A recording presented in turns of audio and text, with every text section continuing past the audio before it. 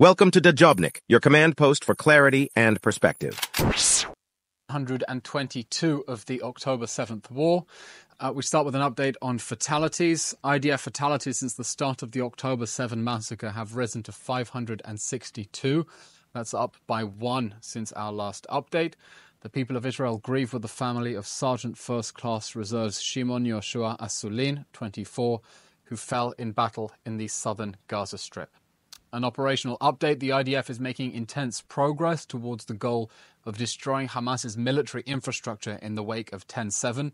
Yesterday, Prime Minister Benjamin Netanyahu briefed the government on our progress toward eliminating Hamas. For the completion of that military objective, the Prime Minister explained three things must happen. First, the destruction of Hamas's battalions. The IDF has already destroyed 17 of Hamas's 24 battalions, killing 10,000 terrorists with a similar number wounded and knocked out of action. The IDF is now working to destroy the remainder of Hamas's military machine in the southern Gaza Strip. The IDF is dismantling the Hamas Khan Yunis brigade while taking active steps to shield civilians from harm and thwart the Hamas human shield strategy. To that end, the IDF has operated humanitarian corridors to allow Gazans to escape combat areas, despite Hamas trying to stop them leaving and use them as human shields. And we've already seen around 100,000 Gazans temporarily evacuate from western Khan Yunis alone. The second prerequisite for the elimination of Hamas, the Prime Minister told the government yesterday, is the sustained demilitarization of areas where Hamas has already fallen. That is why the IDF is conducting targeted raids in the north and centre of the Strip to prevent a resurgence of the terror threat. The IDF will need to exercise overarching security control in the foreseeable future because it is the only actor that can prevent Hamas from regrouping and reconstituting its terror army and then attempting to perpetrate the same atrocities as on October 7th. Third, the neutralization of Hamas's underground military infrastructure. We expect this to take some time considering the depth, literally the depth, of the Hamas human shield strategy, positioning its assets under civilian facilities. The tunnels under Khan Yunis alone extend dozens of kilometers long.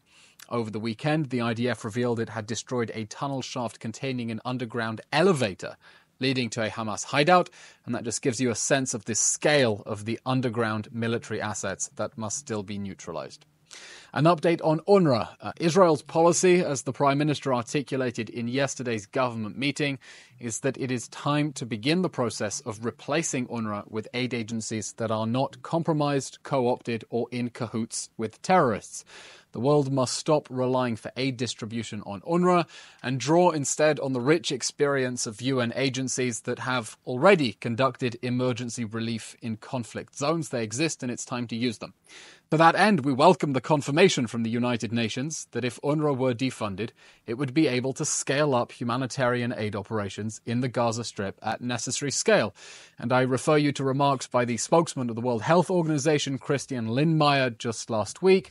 He said, and I quote, "I have no doubt that the UN in general and the WHO would be able to scale up whatever needs to be done." An update on the October 7 hostage crisis, with 136 hostages still being abused in the Hamas terror dungeons and denied access to the Red Cross. Addressing yesterday's government meeting, Prime Minister Netanyahu said efforts to free the hostages are continuing at all times, but the government will not agree to any deal and not at any price. An update from the northern border, where Hezbollah continues its aggression since October 7th in flagrant violation of UN Security Council Resolution 1701. Tens of thousands of Israelis are still displaced. Defense Minister Yoav Gallant met last night with senior US presidential advisor Amos Hochstein. He reiterated Israel's desire to resolve this crisis by diplomatic means and underscored Israel's preparedness for other scenarios. IDF spokesman Rear Admiral Daniel Hagari briefed the media on Saturday night on Israel's efforts to contain and deter Hezbollah aggression. He laid them out as follows: defensive efforts, beefing up defenses along the border; 2, offensive efforts, engaging in strikes in self-defense to degrade Hezbollah's military capabilities; and 3, stepping up preparedness for a war on the northern border. And I refer you to Rear Admiral Hagari's statement for more on those efforts against Hezbollah. Just an update from the last few minutes. Earlier today, Prime Minister Benjamin Netanyahu met with soldiers of the 179th Brigade and emphasized that Israel's policy remains total victory over Hamas. The Prime Minister adding that a fatal blow to Iran's axis of evil, which encompasses, of course, Hezbollah in the north and the Houthis in Yemen, is necessary in order to ensure the achievement of future peace accords. The Prime Minister emphasized in his discussion with the soldiers that there is no substitute for the goal of total victory. Israel is not only en route towards achieving that military goal, the Prime Minister emphasized we will not end the war without total victory in order to restore security along both the northern and the southern borders. That's it for today's update. We'll now take your questions as always. Question from Joel Pollock of Breitbart News. Will the Prime Minister ask US Secretary of State Blinken to use American influence to convince Egypt to agree to Israeli military operations in Rafah? Also, can you provide information on the timing of Blinken's visit, as well as that of Argentinian President Javier Milei? The Prime Minister said yesterday in his meeting with the government that having already dismantled 17 of the 24 Hamas battalions in the Gaza Strip, our forces will, of course, turn their attention towards the remainder, including in the south of Gaza. We think it's very important for the whole security architecture of the region that Hamas be totally destroyed inside the Gaza Strip and that Gaza remain permanently demilitarized in order to prevent any resurgence of the terror threat, which would only undermine regional stability and security. Hamas remaining on its feet anywhere in the Gaza Strip and destabilizing regional security is, of course, not an interest of any of our neighbors. Question. If I heard correctly about the president of Argentina, I have no updates on that matter. Question from Jim Williams of Zenga International News. Has the US and the UK kept the Israeli government updated on their counterattacks against the Iranian proxies in the region? Israel remains in an ongoing dialogue with our military allies. The Houthi pirate attacks against international shipping are a threat to global security, global trade, and it is correct that the response be accordingly global. Question from Hannah Julian of the Jewish Press. Israeli banks have frozen the accounts of 2 Israelis who were sanctioned by the US State Department. Spokesperson Matthew Millas has said that the US might consider other actions as well if the White House is not satisfied with the Israeli law enforcement in Judea and Samaria. Does Israel see this as a breach of Israeli sovereignty over its citizens? The Prime Minister has already responded to this question of our friend and ally President Biden's executive order. The Prime Minister said, and I quote, "The overwhelming majority of residents in Judea and Samaria are law-abiding citizens, many of whom are currently fighting as conscripts and reservists to defend Israel. Israel acts against all Israelis who break the law everywhere. Therefore, exceptional measures are unnecessary." That's the Prime Minister's quote, and he's made no further comment on the matter.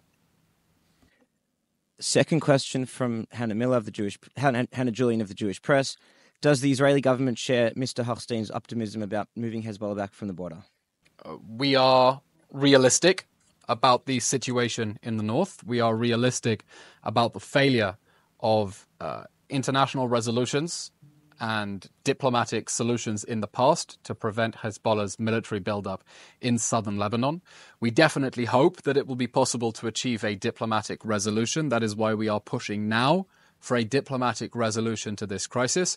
But we have also been clear that the window for that diplomatic resolution is shrinking, and the situation on the northern border will have to end with a clear change in order to enable the residents of northern Israel to return safely to their homes that are currently being shelled until Hezbollah withdraws its forces from along the Israeli border. As far as we're concerned, that is an imminent threat of a repeat October 7th. Next question comes from J Mah Hancock of All Israel News. Is there a proposal on the table towards an agreement with Hezbollah to end the aggression on the northern front? As I said, the defense minister has met with the U.S. Special Envoy, Mr. Hochstein, in order to discuss ways that we can prevent an escalation and pursue a diplomatic resolution, which we strongly prefer. The defense minister and Mr. Hochstein discussed the need to change the security situation in the northern arena. That is a shared, declared Israeli-U.S. interest, and ways to safely return Israel's displaced communities to their homes.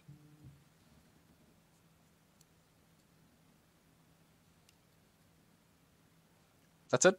Okay, that's all we have time for today. Thank you very much, everyone, and keep safe. Thank you. Thanks for watching. Don't forget to like, share, and hit subscribe to stay updated with our latest content.